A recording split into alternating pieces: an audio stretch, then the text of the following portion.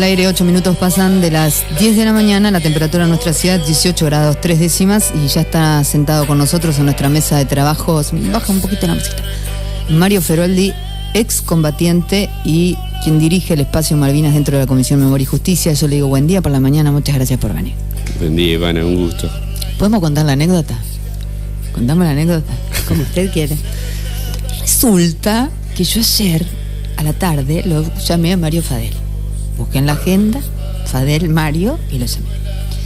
Entonces le digo, yo creo que no nos conocemos con Fadel. Entonces lo llamo y le digo, buenas tardes, Mario, y le habla Ivana Jacob, yo soy periodista, trabajo en tal radio. Y del otro lado, Mario, supuestamente Fadel, me dice, ¿qué haces, Ivana Jacob, periodista? Bien, le digo, yo creo que todo bárbaro, cerramos la nota, perfecto. Le digo, cuando vengo hoy a la mañana, le digo a Rita, che, Rita, le digo, al final Mario Fadel me conoce, yo pensé que no me conocía. Me dice, ¿por qué? No, porque me dijo, ¿qué haces, Ivana Jacob, periodista? Nunca hablé con Mario Fadel, estuve hablando con Mario Feroldi. Buen día, ¿cómo le va? Buen día, Ivana. Me dice él, sí, te noté un poco seria. No, estabas como distante, ¿no? ahí, Como ¿viste? Muy formal. Chica, muy formal. Claro. Dijiste, yo no la conozco así. Mario, ¿de qué se trata este espacio de Malvinas dentro de la Comisión Memoria y Justicia? Bueno, el espacio de Malvinas se creó, trabajo con la Comisión Memoria y Justicia. Fue a partir de mi alejamiento del centro de excombatientes. Entonces creí que era un espacio adecuado donde poder trabajar y bueno, donde teníamos muchas coincidencias a partir de las políticas de Estado de memoria, verdad y justicia. Yo me sentía cómodo y creía que era el lugar adecuado para trabajar y desarrollar un programa de Malvinas o desarrollar actividades acorde al trabajo o al ideal que uno mantiene desde hace 33 años. El pensamiento más rápido y más chacabuquense es 4 gatos locos y se pelean. Y yo 4 gatos locos malheridos y se pelean. Lo que pasa es que el universo de Malvinas es muy amplio. Entonces hay agrupaciones que, por ejemplo, tienen ex militares en su comisión. Hay otras que reivindican la gesta de Malvinas y todo el accionar de las Fuerzas Armadas, y hay otros que están con la lucha junto con los derechos humanos y el pedido de justicia. Y bueno, entonces al no haber coincidencia de criterios, creí, y aparte me hacía mal. Entonces creí oportuno, iba a estar mucho más cómodo trabajando desde otro ángulo. ¿Qué te hacía mal? Y vos es que me afectaba mucho, por ejemplo, esos desencuentros, qué sé yo, actitudes de no tener consenso. Por ejemplo, no sé, en un acto apareció una bandera del veterano de guerra y no había, es una bandera que está presentada por una agrupación que son pro-militares, donde representan a las Fuerzas Armadas, y bueno, yo no me siento identificado con una bandera así. Entonces cuando pregunto cómo es esa bandera, me dicen, no, vos cómo no, siempre vos con las mismas estupideces. Bueno, entonces así no me sentía cómodo. Cuando a veces en la comisión no se trataban, o se trataba un tema, se definía una línea de trabajo y después se hacía otra. Entonces creí conveniente que ya era demasiada carga, era Malvinas para mí, como para además andar con todas esas diferencias que me hacían mal.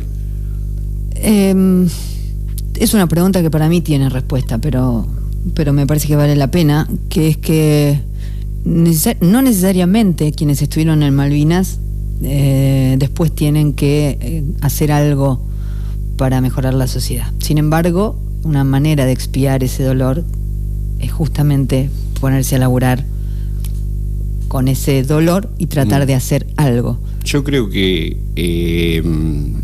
cuando a mí me preguntan, viste lo que siempre sale decir, bueno, te voy a preguntar algo de Malvinas, y dice, no te hace mal. Y vos sabés que creo que a mí lo que me hizo bien fue hablar de Malvinas desde el primer momento. Yo desde el primer momento me integré a los... Éramos, como nos llamamos, los sobrevivientes del Regimiento 7, y nos agrupábamos y charlábamos, y ahí había un psicólogo, Bustos, que era el padre de un compañero nuestro que hizo un libro, y yo ya en ese libro estoy hablando del rol de las Fuerzas Armadas, de lo que había sido. A fin de año, hace poco, un médico personal, Franco, me dice: ¿vos no te acordás que en el 82 viniste a mi colegio a dar una charla? Estamos hablando del año 82. Y bueno, vos me tuviste en el colegio como profe de física, y para mí abril era hablar de Malvinas con mis alumnos. Y bueno, a mí me hizo bien siempre hablar de Malvinas. Y me hizo bien en los primeros años en La Plata estar con mis pares, que eran todos del Regimiento 7, que habíamos estado más de 60 días en combate, 45 días bajo bombardeo, prisioneros. O sea, no teníamos muchas cosas en común, muchos heridos, mucha gente que habíamos auxiliado a nosotros mismos. Entonces teníamos una cosa que nos unía, y yo creo que ese lazo aún lo conservamos desde ya. Hay gente que todavía nos abrazamos y lloramos de la emoción, y yo creo que ahí es donde sale toda esa carga emotiva, uno la puede desprender ahí. ¿Cómo se resignifica el rencor? Mira, inevitable. Yo creo que siempre, por ejemplo, si yo hablo de rencor hacia alguien, tengo que hablar de rencor hacia las Fuerzas Armadas. Las Fuerzas Armadas nos llevaron a una guerra que no consultaron a nadie, nos llevaron a una guerra en disparidad de fuerzas, disparidad de tecnología, nos llevaron a una guerra que ni ellos habían planificado, porque después yo de la guerra continuamente leo de Malvinas, estoy siempre con un libro de Malvinas leyéndolo. Entonces tengo distintos enfoques, distintos datos, y todos coinciden de que el operativo Malvinas era ir, tomar y negociar. Pero parece que esa plaza llena de argentinos vivando a Galtieri lo nubló, lo embriagó aún más de pueblo, y se pensó que el pueblo estaba con él, y fue a una guerra innecesaria, porque nos alejó. Y perdida de antemano, además. Sí, aparte, yo la verdad que te contaba de que quien estaba en el medio de las islas sabía que no tenía los medios para enfrentar a una potencia como esa, y después cuando empezás a ver todo lo que fue digamos, la incompetencia de los jefes, la falta de planificación. Nosotros tuvimos una estrategia que se usó en la Primera Guerra Mundial, la estrategia de trincheras.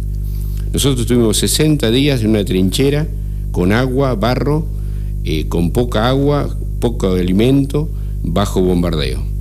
Te imaginas que cuando aparecieron los ingleses, que parecían los muchachitos de la película El Trote, que venían renovándose, habían bajado en San Carlos y venían haciendo una marcha, que se turnaban.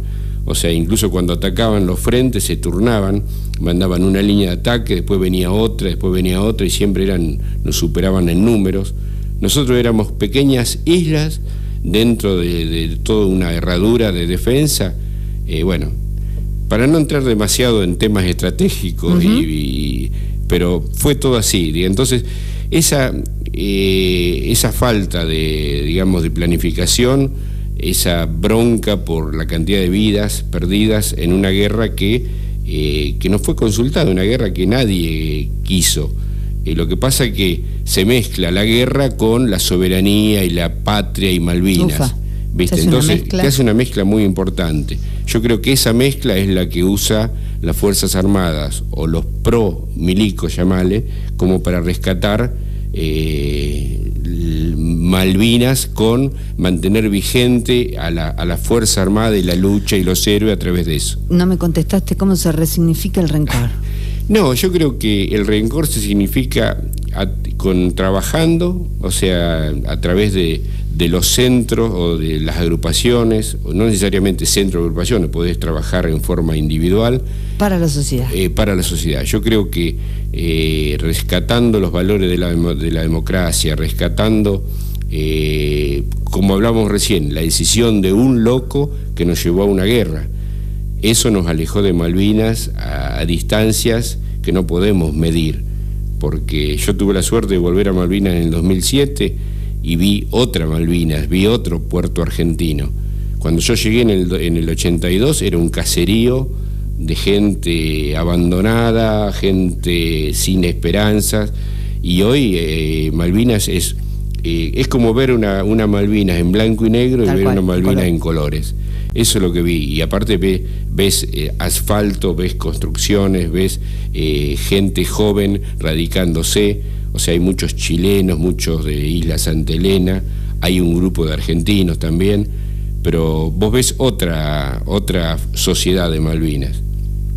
Y a todo eso sumale una base militar de última generación, llamale, con un puerto de aguas profundas, donde baja el avión comercial de LAN, es una base militar de Montplissan que tiene 2000 y pico soldados estables que están en entrenamiento, donde tienen aviones de última generación, todo el sistema de comunicaciones, bueno, todo muy moderno, muy de última tecnología.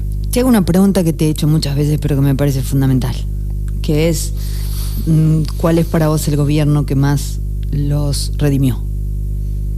A partir de Néstor Kirchner, sin duda. Nosotros tuvimos 33 años, tuvimos 10 años que la sociedad misma se dejó llevar por ese silencio, ese mirar por un costado, donde nosotros no teníamos nada, que fueron ni siquiera una atención psicológica, una atención médica, que era por ahí cuando más lo necesitábamos. Yo tuve la suerte de tener un proyecto de vida, estaba terminando ingeniería, tenía mi familia, estaba casado, al poco tiempo vino mi primer hijo, o sea que mi vida fue distinta. Enseguida tuve una profesión, tenía otro tipo de expectativa, pero después, quizás por cuando de la venida de la democracia trajo aparejada algunos pactos de silencio o de no tocar Malvinas, y que la misma sociedad se impregnó de eso. Hay un montón de casos que hablaban de discriminación. ¿Te acordás que eran los excombatientes vendiendo cositas en los micros, en los trenes? Estaba pensando esto, ¿no? Claro, donde no había otro sustento. O sea, ojo que atrás de todo eso están los vivos de siempre. Actualmente hay gente que anda vendiendo y dicen que son yo trato de sacarlos corriendo de Chacabuco porque realmente me pone muy mal. Después hubo 10 años de que había empezado con una pensión graciable, y a partir del 83, toda la política de Malvinas, yo creo que hubo del 2003, hubo un cambio en cuanto a política de Estado. Ya Malvinas, me parece, empezó a tener un rol diferente, nuestras pensiones empezaron a tener un valor digno, empezaron a aparecer una obra social como el PAMI Veteranos, que nos cubre todas las necesidades que tengamos, pero además seguimos reclamando, porque hay falencias aún, pero se ha progresado mucho. Aparte, fíjate que apareció un museo del Malvinas, aparece la desclasificación del informe Rattenbach, aparece un reclamo ante la ONU con todo el respaldo de Latinoamérica. O sea que yo creo que hay una política de Estado que yo comparto. Nunca involucré a ningún partido político en mi causa Malvinas, pero sí reivindico o aplaudo lo que está bien hecho. Entonces lo destaco. Por ejemplo, en Chacabuco nos conocemos todos, como decimos siempre, los intendentes que han pasado, hemos tenido siempre en nuestro lugar, pero la misma sociedad era la que nos fue cambiando los roles, y nosotros, yo creo que ya con la presidencia, con la intendencia de Darío Golía, quien se acercó a nosotros y nos dio una presencia y un rol que fue diferente a todo lo que veníamos experimentando. Y bueno, entonces yo siempre lo destaco, que en Malvinas, incluso ahora, la iniciativa de la presidenta de identificar a los 123 NN que hay en Malvinas, que ya se hizo todo una campaña con los familiares que aceptaban voluntariamente aportar sus datos genéticos para obtener el ADN de esas 123 tumbas. También nos respalda en apelar a una corte interamericana el fallo de la Corte Suprema que nos silencia en cuanto a maltratos y vejaciones que hubo en Malvinas. Hay más de 120 casos y yo te diría que si se prospera ese reclamo van a aparecer muchos casos más. Yo conozco varios casos y he charlado mucho con casos que han sufrido ese maltrato desde muerte por falta de comida, por frío, o llegar a situaciones de simulacro de fusilamiento, estaqueamientos. Todo eso pasó en Malvinas. Yo hace poco, cuando hablé de mi discurso, mis palabras en el acto, hablé que los mismos militares que estaban en la dictadura, digamos, masacrando a jóvenes o a una sociedad, fueron los mismos en Malvinas.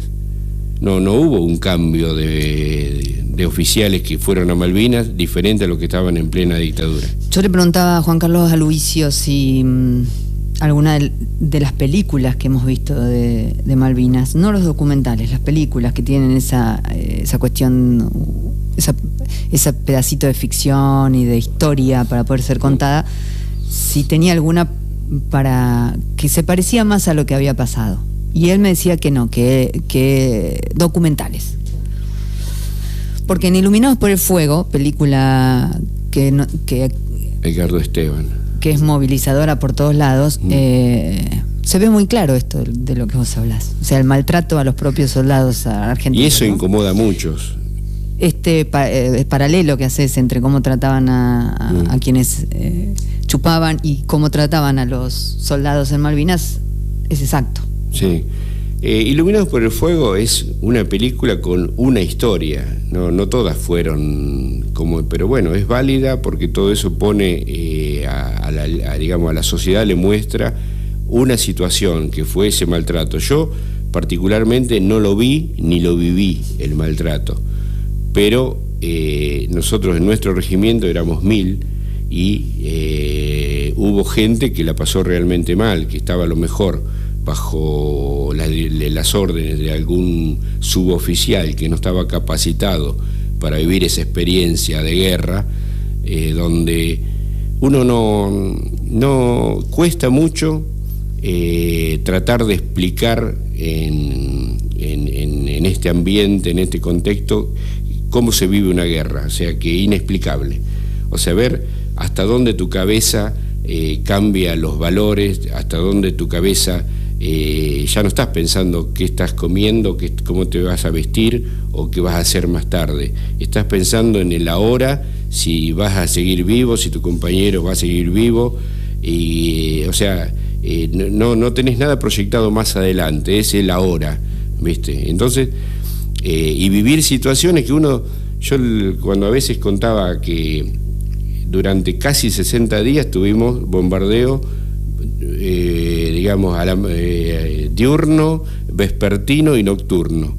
Y a veces el bombardeo era terrible, porque era una bomba atrás de otra, eran cientos de proyectiles que caían sobre la posición, y vos en ese momento, tu cabeza funcionaba, ¿viste? Entonces funcionaba como, tratando de, qué sé yo, quizás yo me acuerdo el último día, fue el único día que recé, porque ya era tan insostenible la situación. Pero que aguante. El último día fue realmente difícil porque ya cuando los ingleses atacan nuestra posición, la posición nuestra pasó a ser el frente. Entonces, durante casi 6-7 horas sufrimos un bombardeo constante y después avanzaron los ingleses sobre nosotros. Ya sentirte en el Pozo de Zorro, que temblaban las paredes y ya el agüita de las paredes que se caían y qué sé yo, bueno, ese es el momento donde uno trata de tomar decisiones que, bueno, hoy estoy acá, digo, fue la correcta, porque a lo mejor rendirte en esa posición, no sabés quién viene, con Exacto. qué grado de locura viene el que llega a tu posición. Vos me hablas del grado de locura del que viene, ¿y el de ustedes? Y nosotros ¿Se bordea la locura ahí? No, nosotros, a veces me preguntan, ¿tuviste miedo? ¿Tuviste hambre? No me acuerdo, o sea, el miedo no recuerdo haberlo tenido. Sí que tu cabeza funciona a 1000, tenés una adrenalina que no la podés controlar, y ya te digo, por ejemplo, cuando... ¿Vos me estás hablando de que en los momentos donde estaban siendo bombardeados vos no tenías miedo? No, era como que uno estaba aturdido, tratando, primero que yo ya en mi FAL ya no tenía más municiones. Nosotros éramos tiradores, o sea, no teníamos apoyo de artillería atrás. La artillería nuestra ya no funcionaba más. Era tratar de tomar la decisión correcta, y bueno, a veces hay películas que muestran cómo es el instante o el campo de batalla cuando tenés las bengalas en el aire, cuando explotan la descarga de la artillería, esas luces, esos flashes, era tal cual, y las trazantes de los disparos, bueno, nosotros tuvimos un par de amagues que hicimos para salir, y la metralla nos pegaba en las piedras, no pudimos hacerlo, y en un momento con un compañero que todavía no pudo saber quién era, que se venía replegando a otra posición, tomamos la decisión de salir. Nos arrastramos por una canaleta, entre una bengala y otra nos arrastramos hasta otra piedra, bueno, así llegamos a la punta, digamos, más alta del cerro. Y ahí nos juntamos con varios más. Yo con un FAL descargué los 2 cargadores que tenía el FAL, y había un herido, y bueno, y nos replegamos. Pero ya te digo, era una aceleración, era como... nunca lo identifiqué como miedo, no tuve miedo. Y ojo que no es para tildarte de valiente, ni mucho menos, es que tampoco en los últimos días no recuerdo haber sentido ni sed ni hambre, pero después viene todo eso, después cuando te aflojás, después aparece todo, el cansancio, los dolores, ¿viste? ¿Se autorreguló ese organismo para poder...? Yo creo que sí, mucho...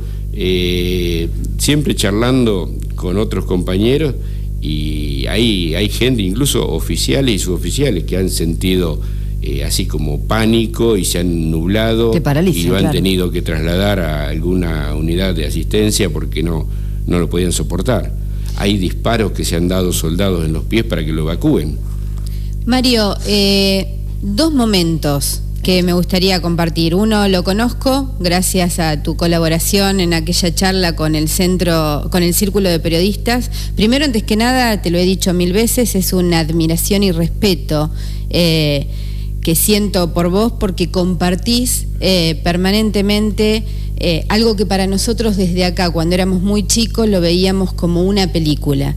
Y hoy estamos con uno de los protagonistas de esta película, así que es agradecerte nuevamente y recordarte esa gran admiración que te tengo. Por un lado, me surge el gran interrogante de cuál fue ese momento, ese olor, ese viento en la cara, esa sensación que te hizo darte cuenta que ya había terminado todo, que me imagino que la debes sentir o en algún momento debe aparecer. Eso por un lado. Y por otro lado, el primer impacto, que algo ya hablaste, pero sí volvió alguna sensación cuando pisaste las Malvinas. Ahí no te entendí esa última parte. La última, ese contacto, ese regreso a Malvinas que tuviste, ¿cuál fue la primera sensación? Está bien. Mira, con respecto de la sensación fue cuando nosotros nos llega, yo llego en la madrugada del 14, ya pocas horas antes del cese del fuego, llegué a Puerto Argentino, porque nos replegamos con un grupo de soldados que ya, digamos, veníamos un poco resguardándonos de una metralla que había al principio y un bombardeo que nos seguía detrás nuestro, nos corría un poco. Llegamos a Puerto Argentino, y en Puerto Argentino era una incertidumbre muy grande porque nadie sabía qué pasaba. Nadie sabía si iba a haber un combate urbano, nadie sabía nada, si iban a bombardear Puerto Argentino. Entonces, yo llegué a una casa que había un oficial que era de un piloto de helicóptero, hermano de mi jefe, que yo había perdido contacto con mi jefe en ese momento, y estuvimos ahí y hasta que alguien transmitió la orden de cese el fuego. Y a partir de ahí empezaron a aparecer soldados ingleses en vehículos donde veíamos como que ya uno empezaba como a relajarse, que no, la cosa había terminado, pero cuando recién nos enteramos de la firma de la rendición por parte de Menéndez, medio como que empezamos a bajar las vueltas, digamos, y bueno, primero te agarra esa sensación de relajamiento, un poco de alegría, saberte vivo, de tener al lado tuyo a gente, amiga, conocido, compañero, que estaban con vos, y después, bueno, a través de, no te digo en cuánto tiempo uno empieza a sentirse esa bronca de todo el esfuerzo, de todo lo que habíamos pasado, que había sido en vano, digamos.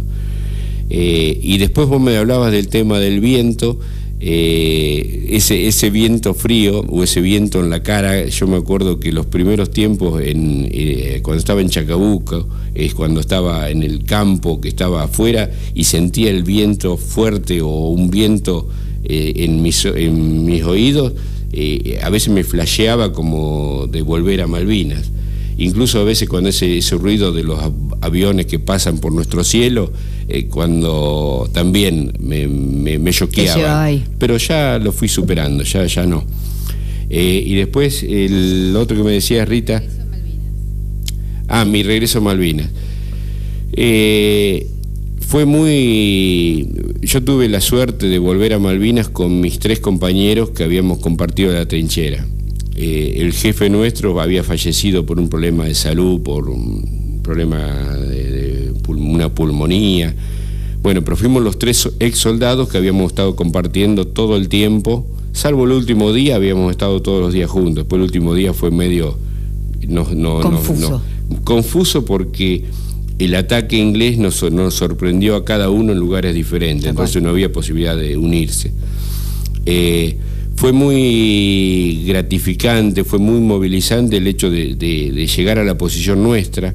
Yo me acuerdo que cuando en un vehículo que habíamos alquilado llegamos hasta cerca donde habíamos estado, íbamos caminando y casi a 500 metros, 600 metros ya vimos nuestras piedras y ya la habíamos identificado porque una cresta tenía como una forma particular que habíamos enroscado nosotros un tensor de acero para sostener el techo que hicimos después, la covacha le decíamos.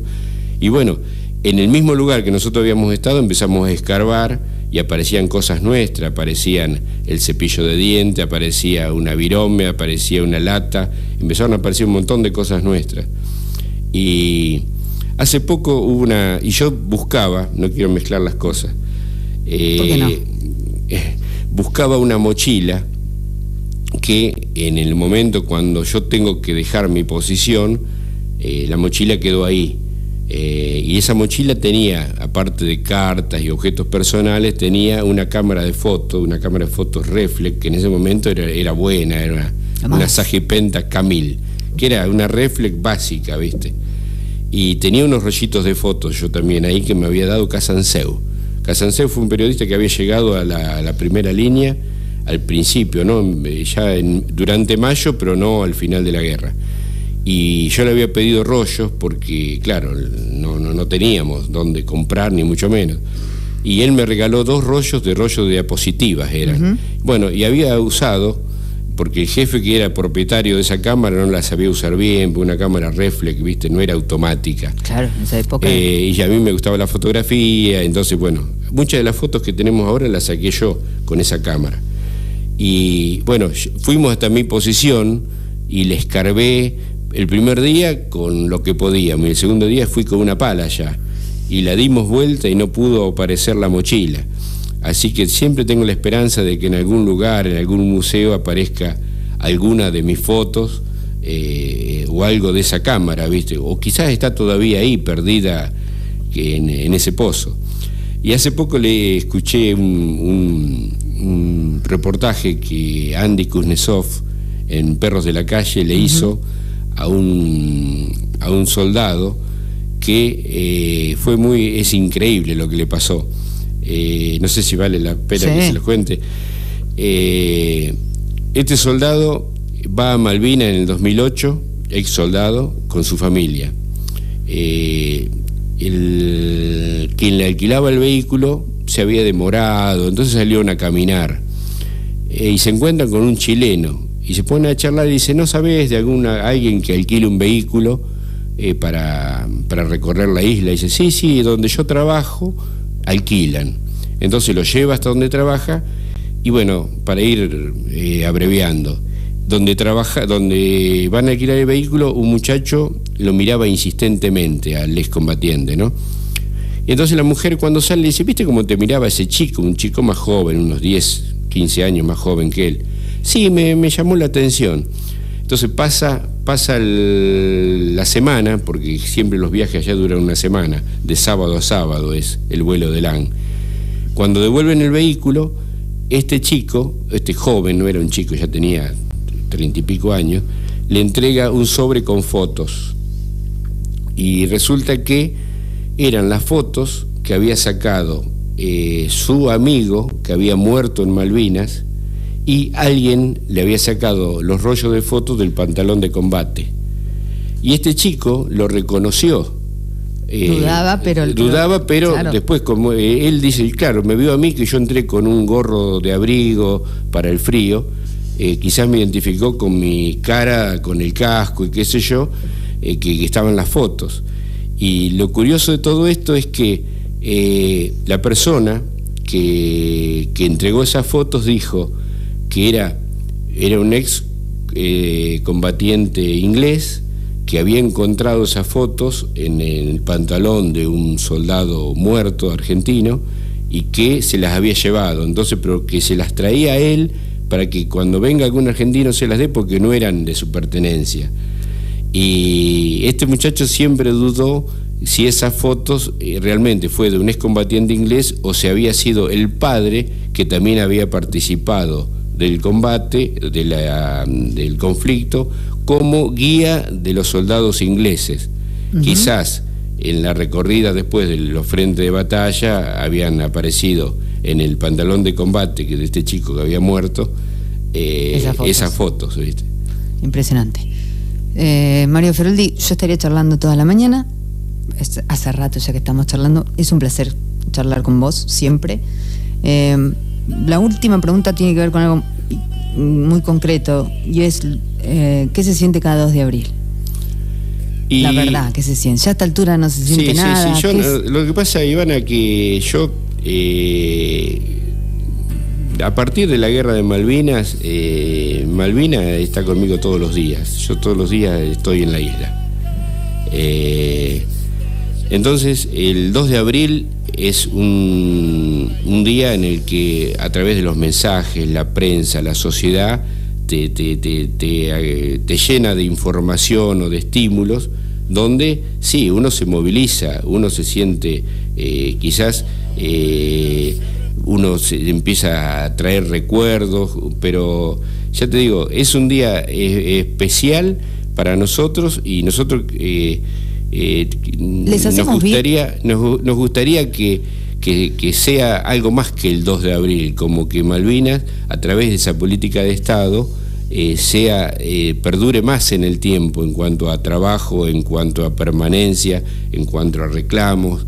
Entonces no que solamente sea el 2 de abril o el 14 de junio o el 1 de mayo, que es el día son 3 días clave, que fue la rendición, el hundimiento de Belgrano y el día de la recuperación de nuestras islas, que que junto con eso es el día que alguien tomó la decisión de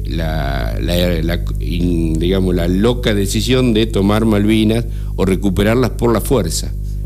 Nadie dice nadie va a dejar de reclamar soberanía por las islas, pero no con un acto de fuerza inconsulto y bueno, con las consecuencias que tenemos. Muchísimas gracias. No, gracias a vos, y sabés que es un gusto charlar y bueno, siempre dispuesto. Hasta la próxima. 43 gracias, minutos pasan de las 10 de la mañana, pasó por Sin Máscaras, Mario Feroldi. Sin Máscaras. La imperfección también es parte de nosotros.